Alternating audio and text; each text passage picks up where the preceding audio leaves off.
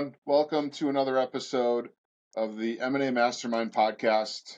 This is, again, the place where we bring in experts to talk about ways in which you can level up your M&A practice. Again, I'm Nick Olson, Managing Director of Cornerstone International Alliance. We are a group of lower middle-market M&A firms across the globe. Here we bring in guests who are truly masters of their craft, the best of the best, and I get to talk to them about different topics within the M&A space, and this is the forum that we do it, weekly. So I would like to introduce my guest. I'm really excited about this person. He is a founding member of Cornerstone International Alliance. He comes from a banking background as a former president and CEO, has achieved many designations, some within the M&A industry, some of which are certified valuation analyst, certified business intermediary, and a merger and acquisition master intermediary. He's also a former chair of M&A Source and other leadership roles within different organizations. He is one of the hardest working people I know, always a grinder, always working hard. He has a true passion for tennis, and I am pleased and honored and excited to have the managing partner and founder of Murphy McCormack Capital Advisors, Bob McCormack, joining me today. Bob, thank you so much and welcome to the show. Hey, Nick, I'm glad to be here, and that's a nice introduction. I appreciate it. I just love always hearing the stories about tennis, and to this day, how many times you play tennis? A course of a week or a month? It's usually 3 to 5 times a week, but this weekend I'll have 3 matches. So we're trying to squeeze in before the playoffs. Keeps you young, right? Yeah, it does. Yeah. But yeah, I love you find your passion, and if you can create it into an active thing, it's going to keep you young, keep you active, and it'll be good for you overall. So, want to dive in. We're talking today about how to scale your M&A firm, and the reason why we're talking to you about this topic is, I guess twofold. One, I think that's the $1 million question. Like, how can you run a really good M&A firm? I have seen a lot of different structures. We have 26 firms within the alliance currently and growing. I would say we have 26 different ways that they run their firms are structured. And so I'm really excited to dive into this with you. But want to start back in 2005 when you founded Murphy McCormack Capital Advisors. Why did you get in? So you had a very successful career in banking, and you made this transition to mergers and acquisitions. I guess, why did you do that? And back then, and what got you in and excited about getting into M&A? Yeah. So background there is when I was a commercial bank CEO, I did 9 acquisitions in banking. I also financed a fair amount as well, and I really enjoyed the M&A side. And when I sold Sun Bank to what is now FNB, First National Bank of Pennsylvania, I had a non-compete in traditional banking. So I sold it October 31st, I sold it September 30th. October 1st, the local economic development group came to me and said, can you help buy a local hardwood furniture manufacturing company from Lazy Boy? And so my time off wasn't very long. And so we got started trying to do an employee management buyout from Lazy Boy. We raised a ton of capital. We put some nice offers together. Ultimately, Lazy Boy said no to us. And I looked at doing M&A in the banking sector solely and didn't want to move. I moved 6 times in my banking career. My family was tired of moving. And went to Ireland for a couple of weeks and came back, and we started the business. And what really it was, we saw a niche in central Pennsylvania in the region. There really weren't a lot of good M&A, small investment banking firms, or even business brokers in central PA. And that's what really prompted it. We saw a need in the marketplace. We saw an ability to service that marketplace well, and that got us going. Okay. When you founded Murphy McCormack back in 2005, what did that look like? How many people did you have? Was it you? Was it just you as the sole owner? Did you have a partner? Did you have advisors, support staff? Like, how did it look? It was pretty much myself, a secretary, who was the daughter of one of my administrative assistants from my banking career, who knew nothing about investment banking, and the CFO of that company. And he was not an owner; he was an employee, more of an independent contractor type employee at that point. Great guy, played a valuable role for us early on. But yeah, it was a very small firm. We literally, from my office now, it's across the parking lot. We expanded space since then, but it got us started, and we got off pretty quickly with some engagements. They were probably not the perfect engagements, but it got us going pretty quickly early on. Yeah, what did those engagements look like? Where, size, industry, like what did that look like? Well, one of the mistakes I made early on was, and you often hear this for new people getting this, take every engagement. Now, as a commercial lender, I would never take every deal, Mhm. but I listened to the industry, and so we don't do, as a lender, I never made loans to bars and restaurants. Well, we had a restaurant, we had a hairdresser, we had a bar, a photography studio. Uh, you know, all wonderful, nice people, but they were not great engagements. And basically, we sold them, but they were painful processes. And we quickly realized this is not the niche that we need to be in. And so, yeah, the first, we probably had 15 engagements in the first 2 months, which Oh, is what wow. they tell you to have per person on the business brokerage end. And it was a painful first year or so. Hmm. Yeah. Um, so you're kind of trying to find your way, kind of, you don't want to pass up opportunities necessarily, but going through that first year, it sounds like you kind of found that like if it's not a right fit for me and us, our firm, or the connection doesn't work, or it's not a right fit for the business owner, like it's okay to pass on a deal. Yeah, so we got very disciplined on that. I think, Nick, you've heard me talk about this. We pass on 9.3 out of every 10 engagements. And we're and trying to instill that discipline firm wide is something we continue to work on in processes. But of those 9 out of 10 that we don't take, about half of them are something we want to deal with in the long term. The other half are lifestyle businesses that probably aren't sellable. And so it really, in their best interest, there's different ways to get liquidity out of it other than selling the business. And we need to help them head that right way. But we're doing the worst thing if we tell a business owner we could sell a business and we can't sell it, and they get their hopes up and dreams up, and when nobody could sell for that matter, it's the wrong thing to do to somebody. So we really got disciplined to make sure we're always doing the right thing for the clients.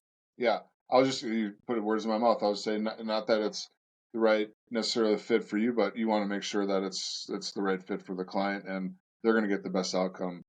Because it's what in most cases these business owners the biggest financial transaction of their lives, and they're looking to take that next step in their life. And if you give them false hope, or you don't not purposefully, but if you think you can do it and then you end up getting through the process and it's not what they expected, that's not good for anybody. No, it's not. No, and if you have a servant leadership style or a moral compass, it really says you shouldn't do those things. And Yeah. and be honest with the business owner. One of the things as a commercial lender or CEO of the bank, teaching people how to say no to loans, Hmm. is sometimes saying no to loans or saying it's not the type of loan we should offer you is the best thing for the business owner. Right. And having that, always having that path, what's right for them, you ultimately help your shareholders too. Right. Right. Yeah, and they might not see it like you do at that time, and you're doing them a favor by, like you said, not taking on or not, this is not the right, in my opinion, not the right plan for you going forward. So I think that's awesome. I would say your moral compass and everyone at your business is very high, and that's a testament to you guys and how you do Appreciate business. that. So when you're looking at, you say 9.3 out of 10 businesses you say no to for whatever reason. That 1 out of 10, engagements that you take on, like what are the things you look for when you're looking at bringing on a client that you feel like you can be successful in selling their company? Well, I think it starts with back to the character of the business owner. I mean, it's real easy to take on clients that have challenging financial statements. We always get the wink and I mean, modest. We're expensing our cell phones for the business or things along those lines. But those that say, well, you were just in Montana, I think, hiking, Nick. Mm-hmm. Those that have a ranch in Montana and we're expensing it through the business, but we don't use it in the business, and they have 20 of those type things in our income statement. That's probably not a fixed fit for us. Yeah. For those that really don't care about their customers or employees or vendors, those are tough engagements. We get past that, it's really, committed to doing the process, following the process, committed to being disciplined with it, having quality financial statements, having a good deal team around them. We work real closely with good M&A attorneys, good M&A CPA firms, and business coaches, and then wealth management firms. And collectively, one of my former teammates, Nick, who you knew, Dave Weimer, Dave used to say it takes a village to sell a business. And that's why we build a team too, internally, and then we're having deal teams externally. And it really does have good outcomes for the client in that sense. So having those pieces together, and then the biggest challenge our whole industry has, whether you're dealing with publicly traded banks or a small business owner, is a valuation gap. And if we can bridge that valuation gap either now or over time, then those are usually good engagements. You just mentioned, a nice transition to what was going to be my next question is, and the topic of today is you created a team around you for each engagement. So tell us about, talk about like, how are you currently structured from an organizational perspective? Because I know you have a really good team around you that do specific things within the deal process. How does that structured for you guys? Yeah, so back in 2005 when we started the company, I went to New York and met with my investment banker from the bank side, who specializes in banking, and great mentor, great friend. He said we should do it this way. And then I went to a Pennsylvania Business Brokers Association conference and said, no, you should do it, eat what you kill type structure. And so I was torn. It was only me and one other guy at that point. So it was more eat what you kill. And that functionally did not work real well in the lower middle market. It works a little bit in Main Street. And so we quickly started to evolve, saying this is not the right fit for us. And then we started working with my former chief banking officer, who's my business partner now, Sandy Miller. She was working for another company. And we were kept on using her for free, so to speak, to help us with some marketing material and building the brand and doing some of those things. And my CFO friend there that was working for us, his name's Jack. Jack said, why don't we hire her? So we hired her November 2005, and then she became a partner after that. And with working with her and working with Jack, we quickly evolved to saying, no, we're going to work in more a deal team type structure, similar to what we compete with the lower and true middle market investment banking firms. They typically work in a deal team type format. So we have a relationship manager on every engagement. We typically have an analyst on every engagement, and then we have what we call managing directors. In our world, that we used to call them underwriters, but very similar to what you have in a commercial bank. So if you think about a commercial banking setup, you have a commercial lender who's a relationship manager, and you typically have a credit officer who's also is part of that engagement, and an analyst. And we think that really does have good outcomes. And sometimes we have more than one managing director on it. So when you're competing for lower middle market deals, even before you get to engagement and you show up as a one person in that presentation to them, they really want to know who's behind you, who's supporting you with this. And if you're competing with, we don't compete with Goldman Sachs much, but occasionally we'll get a Goldman Sachs type competitor. They'll show up with a team of 5-6 people. Now they're all 20 years old, just out of school and have no experience.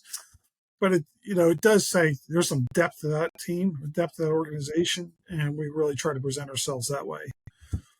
So back to your question, Nick, the relationship managers are the often the person in front of the client. They're the ones having those initial early meetings with the client or the referral source or whatever the case is. The managing director is typically one that's doing the business valuations. So our firm has 5 people that are certified in business valuation. So we think that's critical in what we do. We have 3 CPAs on our team. Only one that's still has a practice type license, but we're still very active with the Pennsylvania Institute of CPAs. And those tend to be the more the managing director type. So they are the ones that are really running the deal, doing the confidential information memorandum, running the data room, doing the due diligence, pre-market due diligence, in-market due diligence, and then when we get to the actual purchase agreements and schedules and those, they're doing all that heavy lifting. So the relationship manager can still stay active in the marketing side. The relationship manager is still active in the deal from the negotiation of business points, and the managing director plays an active role in that negotiations, but also they're critical in understanding the due diligence and having good outcomes. Our attorneys love that we do the schedules, the attorneys that we work with, the M&A attorneys. So we know the deals pretty well by the time we get to a purchase agreement. And we think it also is a good outcome for our clients. So it's a good mix in what our structure is. And I think our real big value proposition, not discounting our relationship managers, they do a great job, but our managing directors they really are disciplined, quality teammates, and they're important for good outcomes for our clients. I mean, yeah, that sounds it just makes a ton of sense, and it feels like you have all your bases covered on the front end. And your experience, you've done hundreds of deals and in your past, and just relying on that experience to know like this is how a deal is going to go, and we're going to put the people in the places that will succeed. They will make the deals process succeed, and ultimately get the best outcome for your client.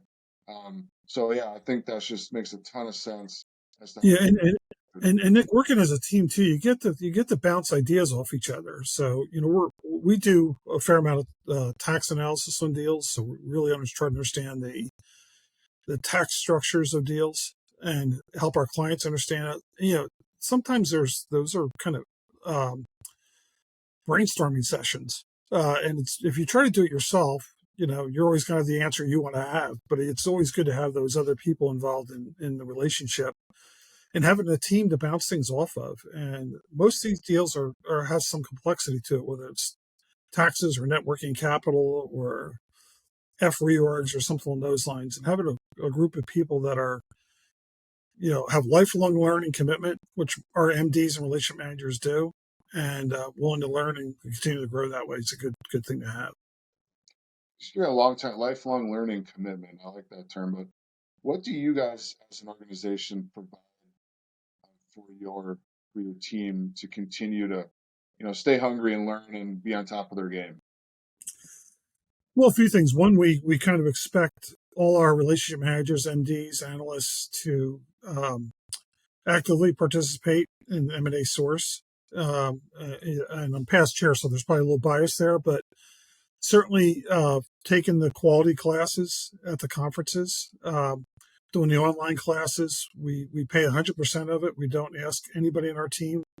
And we still have some independent contractors on our team too. We pay for them too.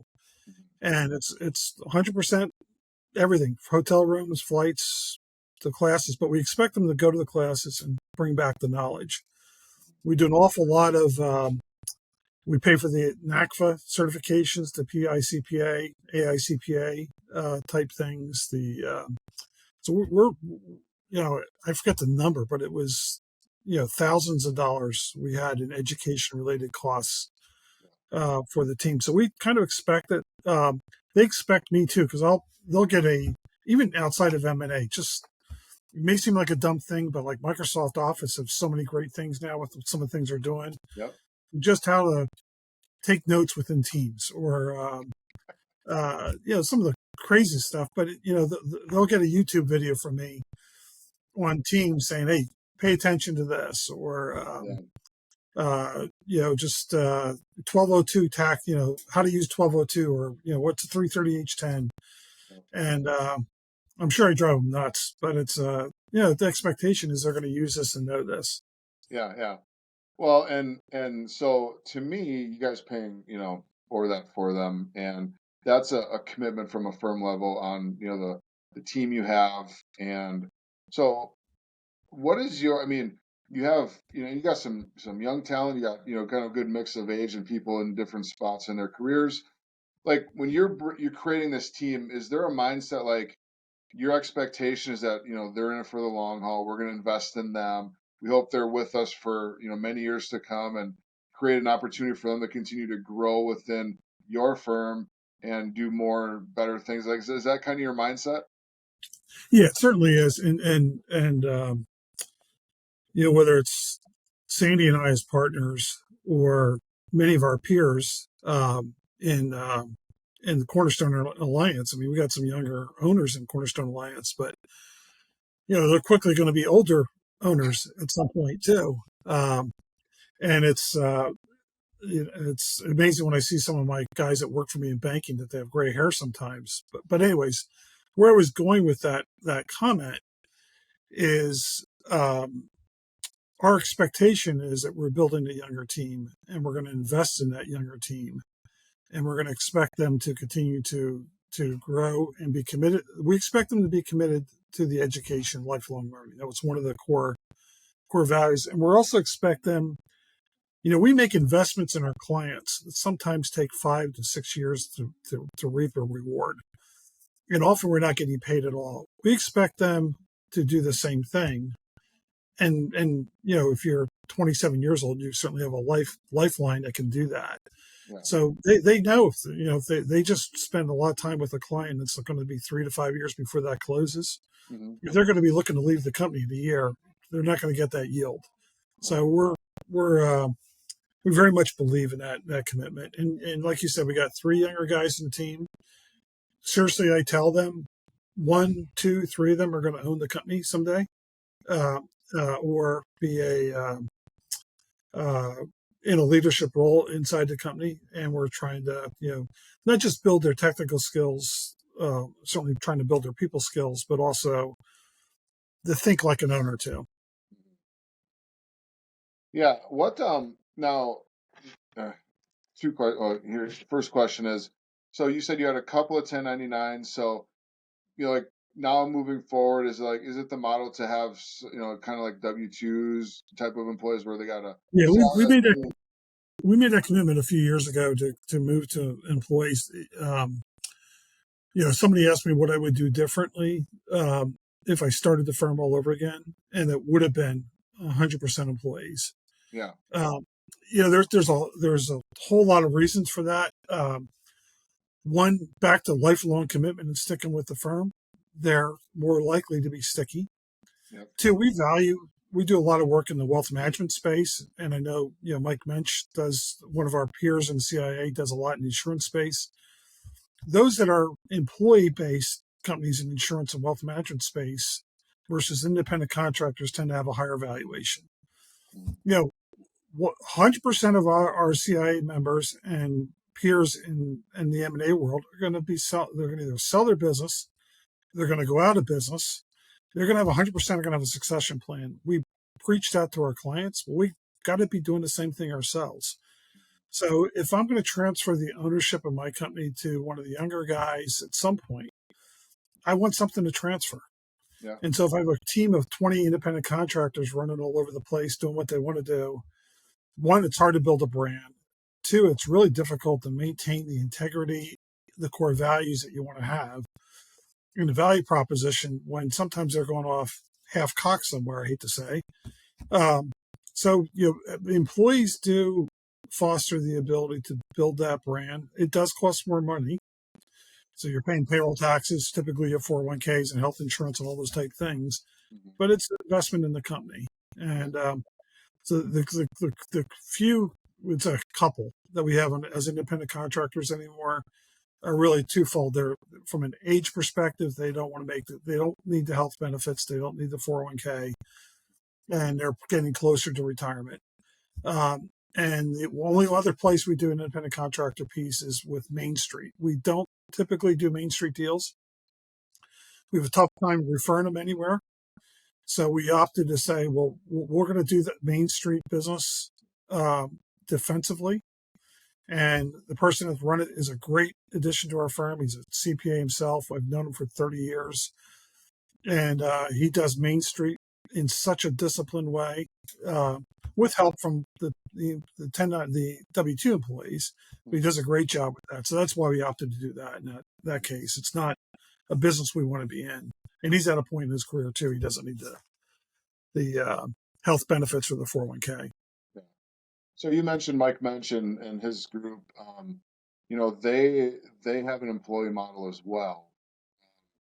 And what do you know about that? And have you guys, what discussions have the two of you, or even his retired partner Lou, had about that model? Did you guys talk at all? And did you? Yeah, yeah, Mike and I talk a lot about deals, and we talk a lot about structures like the payroll concepts. We talk about business valuations often. We do some work in space that's a little bit overlap with his, with the insurance space, just in PA. But we do a fair amount in the banking sector. So there's some. We have an engagement to buy wealth management firms down to Florida, and obviously Mike's in Florida. He'll see wealth management firms because of just the overlap in his business. So we'll talk a fair amount, but we've talked a lot about the employee concept. We've talked about systems inside the company, like the CRM, and I know we talk about it CIA too, but about the CRM model that we're using, or whatever the case is. That Mike's a great resource for our organization, and so is Lou. But Mike, as the new owner, younger owner, he's a great asset for CIA, but he's also a great asset for M&A Source too. Yeah, I would agree. And actually, him and I just recorded a podcast too. So we talked about, industry specialization is what we discussed, and what that means for him and his customers. But yeah, the way they structure their firm came up in that discussion as well. And it sounds a lot like what you guys do and how you structure it from an employee model, which is not necessarily the norm in No, but if I talked a little bit about this at the conference recently. I really think that,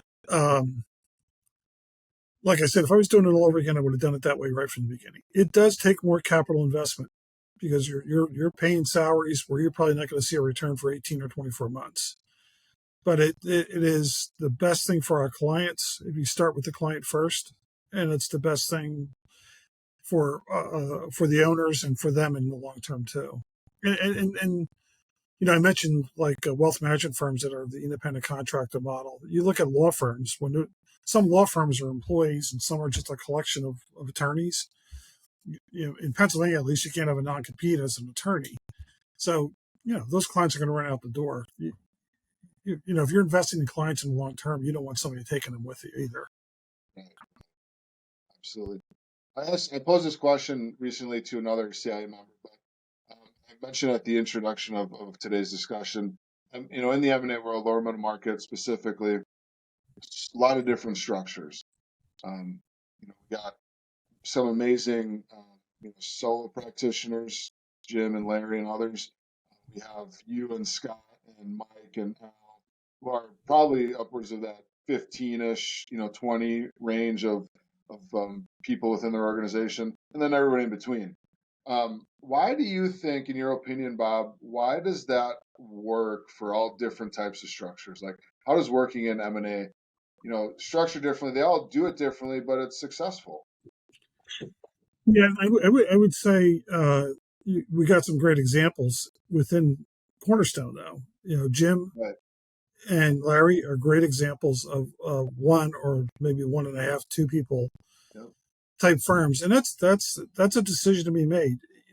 As much as I like having employees, and my employees are going to be listening to this at some point, they're not always that much fun. I even joked about it back in my banking days. When I had 350 people reporting up through me at some point, there's 350 business days in a year. I had a business, an HR type issue that maybe my HR director handled, but I was still at least informed of it on a daily basis. So there's some negatives to that as well. And certainly, you look at Jim Cumby, who's an attorney as well. Jim has a very disciplined model, and he's very disciplined on what clients he will take on as well. So I think it depends on the market you're in, the footprint you're in, and where you want to be. Um, and certainly the goal evolved after the first 6 months or so when I got in this business to say, there's a market here that nobody's serving. I can't do it all myself. Um, and I was getting a lot of referrals. And so it really was difficult to then say, well, and a really good business is the one you want to walk away from them at that point too. Yeah. And then once you got to that scale, then you kind of said, well, boy, I want something that I could transfer to the next generation of teammates too. So that's a nice natural segue into my next question. So transitioning your company, you've got a really good infrastructure built up. You and your business partner, Sandy, are doing a really good job. And I hear, in talking with you and Sandy and others, like one of your main focuses right now is to, maybe start seeing like what does it look like if I'm not always, here to do it all, for lack of a better term. So, what work are you doing to make sure that you're comfortable when whatever that day comes that you want to, transition your practice here? What are you doing right now to make sure that whenever that happens, you'll be in a good spot? Yeah, I think it's a few things. One is the team very much shares that viewpoint too. So we had a retreat in February, one prior year that they all came out of that retreat with that goal. We had a mini retreat 2 weeks ago, and that was also the concept coming out of that was that orderly transition. And what happens if Bob gets beamed up tomorrow is how does this company survive and where does it go? So to do that, and I think I recently walked the Camino Way with my wife. So two things. One, during Lent, people often give up things. Mhm. Well, my give up was working Sundays. And so a lot of our peers in CI, I know I'll work Sundays because I see the team chats on Sundays, Yeah. things along those lines. I've been able to do that, and it's stuck since Lent started.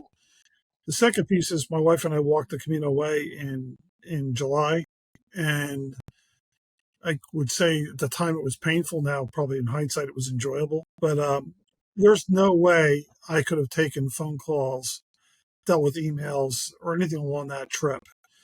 And my partner Sandy and Cliff, who's not a partner, but we treat him like a partner, and my son, who's an attorney, who's part of the firm now, all did a really great job in not letting me get engaged.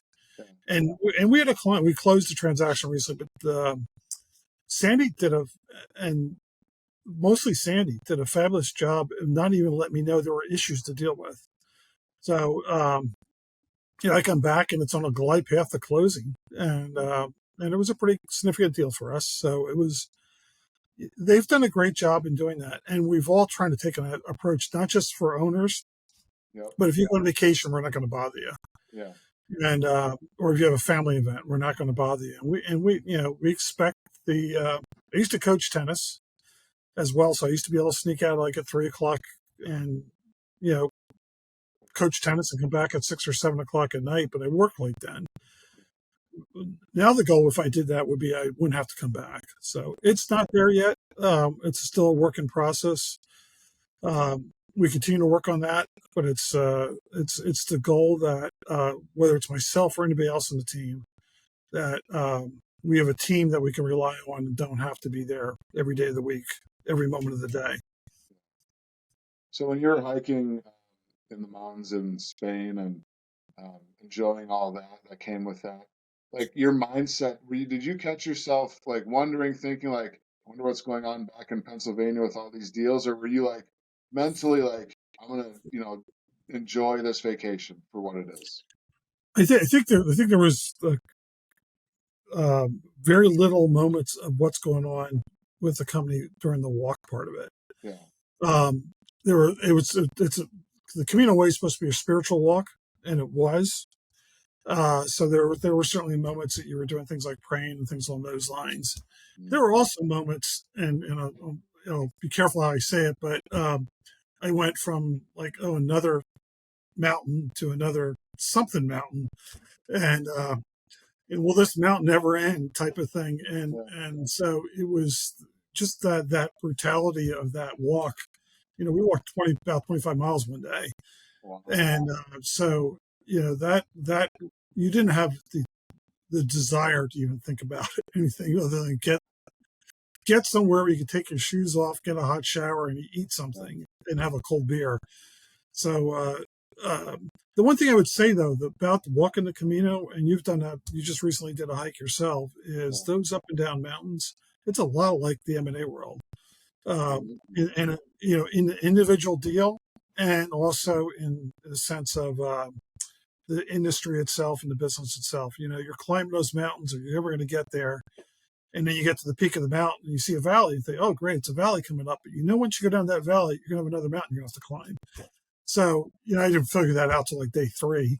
Um, but it's very much like our business, and it's very much what our business owners go through in a transaction too. So being able to deal with the peaks and valleys and not think once you get to the peak that you reach the peak of your career or peak of the deal or whatever the case is. You're going to have a bump in the road down the road there and figure out how to deal with that. Were you able, you said it was a spiritual journey, a spiritual hike. Like, did you reflect, do you have any reflection on the, the, where your professional life is, where your firm is, like, and anything that came out of that, like, oh, like, I want to try something new, or like anything that, you reflected on while you're out there? That, Yeah, I would say a few things. One is yeah, there it was an alumni group from my university. mhm, There were some employees from the university. I used to be on the board of the university. I teach as an adjunct professor there. So pre trip, we were talking about what do you want to get out of this trip, and my wife was really into the faith and yep, spiritual part of it. I'm like, great meals, uh, and but I did also say turn work off. yeah, So literally at the airport, before we left flew out of Newark. The university people saw me checking my cell phone, and I started getting yelled at. And I checked in when we landed in Germany, and I got yelled at there. So finally, it got to the point that I'm not going to get yelled at anymore. But right, there were also some business peers there. There was a banker there, a business owner that owned 18 car dealerships on the trip. So think about intensity in that sense. Both of them had those issues too. So we both forced ourselves to turn it off. Back to the reflection piece on the business, probably less reflection on what I would do differently in the business, but more reflection on being grateful yeah, that whether it was accidental or intentional, that someone like Sandy joined the firm hmm, and had support of her family to help have that balance. yep, And she's the one that really pushes me in work life balance. And then likewise, Cliff and my son in the business and the other teammates, yeah, be able to reflect on having good people right, and good clients, also and good attorneys you work with and CPAs and things like that. That was more the reflection piece yeah, than really building out the firm. Although it probably did cross my mind a little bit about, probably in the airport on the 7-hour flight back about, what am I going to do next type stuff. yeah, yeah. No, I appreciate that insight. That's obviously a very personal journey, but you're free to share that. That's awesome. And yeah, always being grateful for the people around you, I think is a good exercise to do. Which I think you've built an amazing firm at Murphy McCormack. You've been a founding member of Cornerstone International Alliance, been an integral part of what we've built here as an alliance. And I think that really stems, and you hit it on before, but and one of the things we pride ourselves in, and you've been part of the, bringing on new firm process as well as, the good people is probably the most important thing that we look at when we want to bring someone else in. And, so I think as a whole, as an alliance and all, we all are in different areas and different backgrounds and things like that. But when we come together as a group, like there's just a camaraderie and a comfortability of trusting each other and I think that really just is a testament to the amazing people that we have in our group.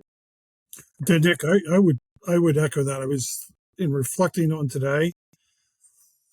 Just in the last 2 weeks, I've had conversations with Deb and Steve up in New England. Yeah, John Howe's been such a valuable resource. yeah, As you know, Cornerstone, Wisconsin, not the alliance, but through the alliance, we were able to do a deal together yeah, that's right, really built a really sweet, nice company for the selling shareholders, but also for the private equity firm that bought it. yeah, That it was a win for us as firms, but it was a really win for the client. And that's what we're all focused on. right, I mean, company in Mensch, we talked about the talking to them, just watching the CIA team messages throughout the week. I mean, it's been a wonderful um, and just this conversation. We've had these conversations in our group chats. It's been a good resource for us. And this is going to sound bad as past M&A source chair. Sandy and I are looking more forward to the CIA event at Charlotte than we are to the M&A source conference. And I'm teaching a class there, so you could smack me upside my head or Scott Bushke, past chair, John Howe, but that's the real truth. I very much, we very much get value, and that's the camaraderie piece, but also the knowledge sharing piece. yeah. It's always amazing, and we've created a channel, like you said, through a messaging system where you can pop in a question and you'll get 5 answers within minutes as to, hey, I've dealt with this, I've done that, and just the willingness to share. I mean, I think we all come together as one group, and we know that, we're going to help each other out. We're not competing against each other. There's plenty of business out there. Let's raise up everybody in the group to do the best they can, and we're here to support each other as well as I'm here to support all of you. And I'm really excited about Charlotte. Funny story. When I started in my role with Cornerstone International Alliance, January of was it 2020? What happened in 2 months later, COVID hit, and I literally went the first 2 years of me being here without seeing any of you in person.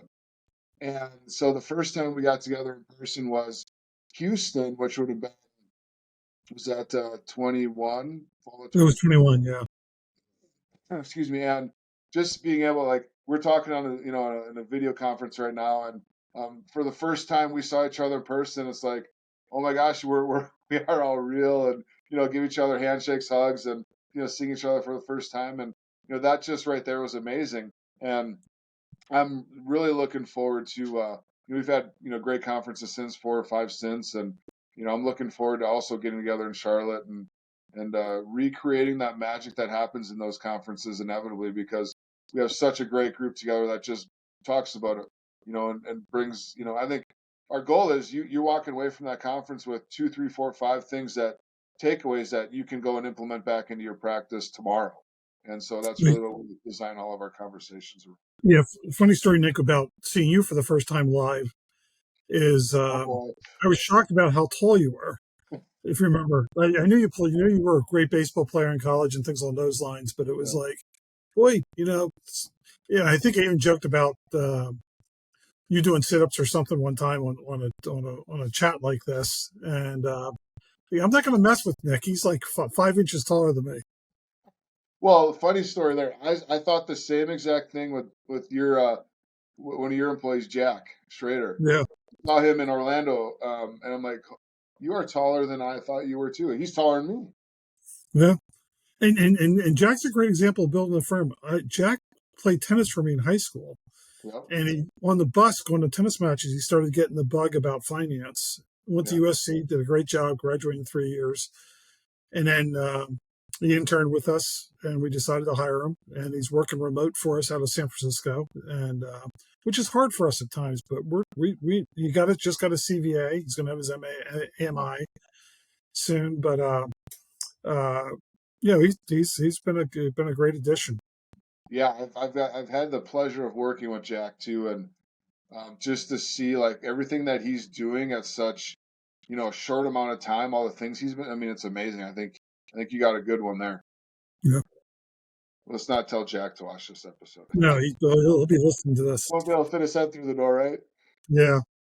They, I coached him in tennis, so I could still hit balls at him and make him do sit-ups. There you go. There you go. Hey, funny. You'll love this. My daughter, 9 years old, she is just getting into tennis this summer, so she's had about 4 lessons or so, and she's loving it so far. So That's a lifetime sport. it's a Yeah, if fun you could do sport. it. Now I'm gonna have to get into the game and work and practice with her. Yeah. With your height, you could be a star quickly. Maybe I don't know about that. She might be not, maybe not me, but I probably need a couple of years to get to your level. Yeah.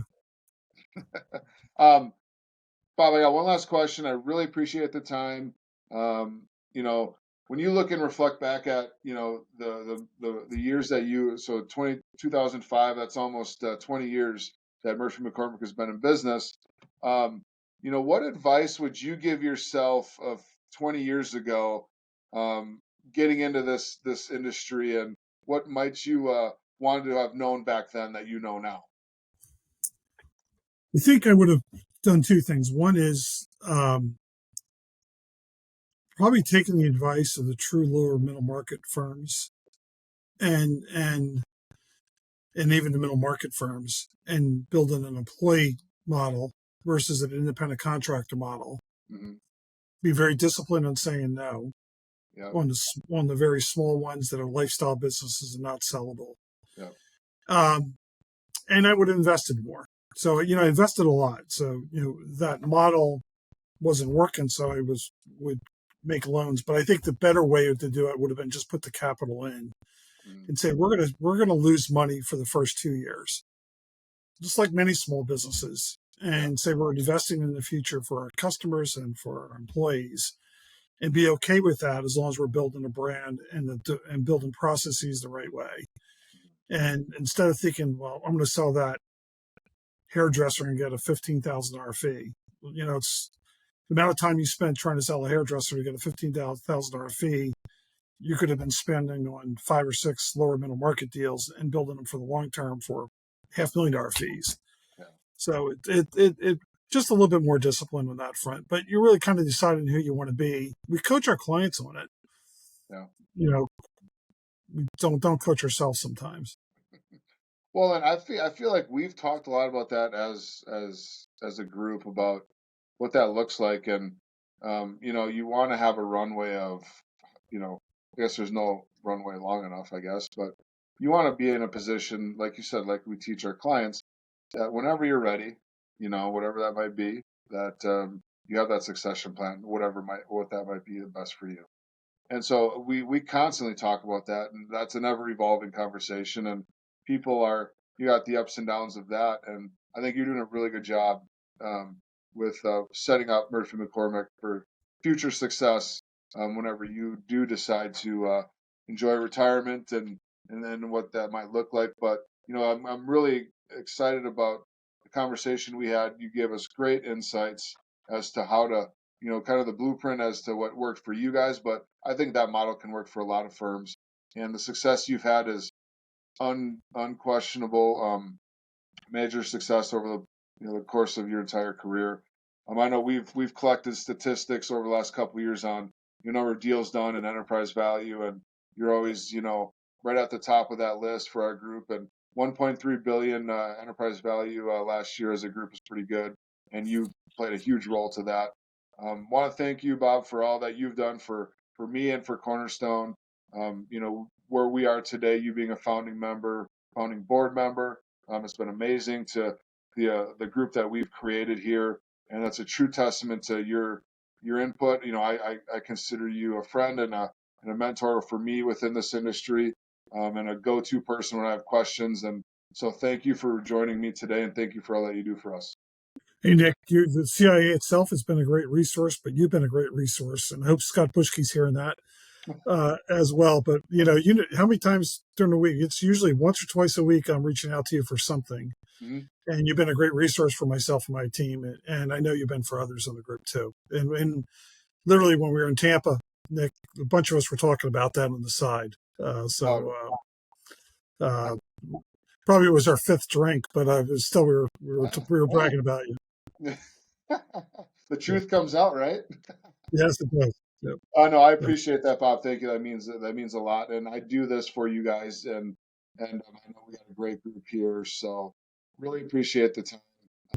We this one went longer than normal, but I thought it was, a lot of great information and a great insight. I appreciate your time. I know you're very busy. I know you're going on a trip soon, and really hope you can enjoy that, and I know you will, and have a great time. But best of luck on the rest of the year as well, and hopefully it'll be a great one. Likewise. Nick, have a great weekend. You take care. Thank you again. And so that's all we have for today, Bob. Thank you again. This is the M&A Mastermind podcast. One thing that'll help both of Bob and I out is to like, comment, and share this episode. Anyone that might benefit from this discussion, please share it with them. It would help us out and them out tremendously. You can check out all of our episodes at cornerstone.com/podcast. Bob, where can everybody find Murphy McCormack? And Uh, our website is www.murphymccormack, and McCormack spelled McCormack.com. And that'd be a great place to find us.